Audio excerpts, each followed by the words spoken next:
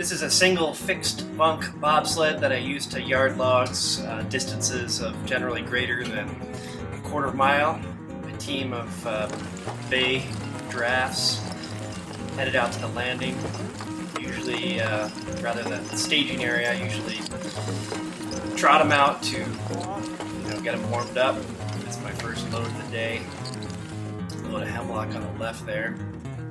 Generally, I try to set up my staging area where I load my logs in such a way that the bobsled is in a depression or downhill from the logs that I'm loading to facilitate easier loading.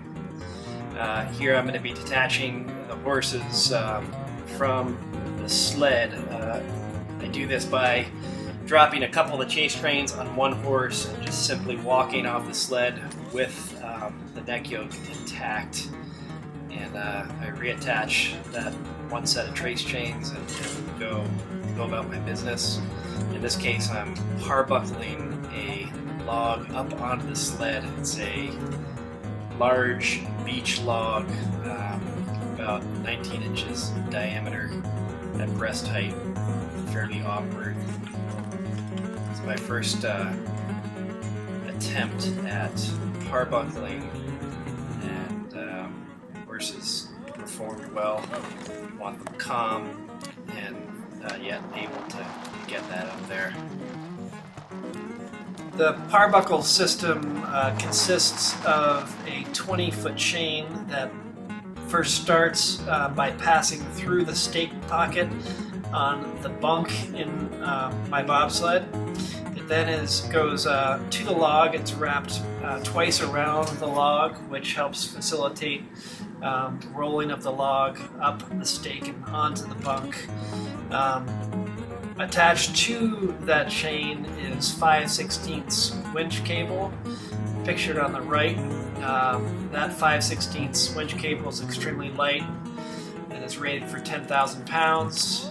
Passes through a block and tackle, and then eventually ends up at a device known as a bull hook, which helps prevent knotting of the winch cable and facilitates easy unloading.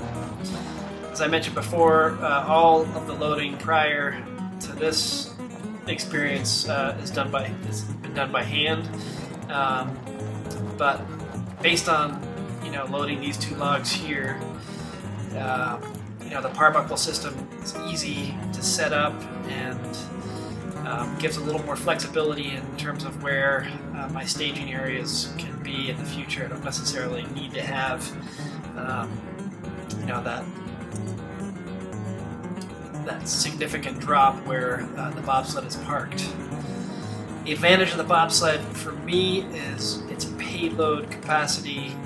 This load here, consisting of 2 trees scaled out to just over a cord of wood, and that would take at least 3 trips with a logging arch, which is another tool I use in the woods.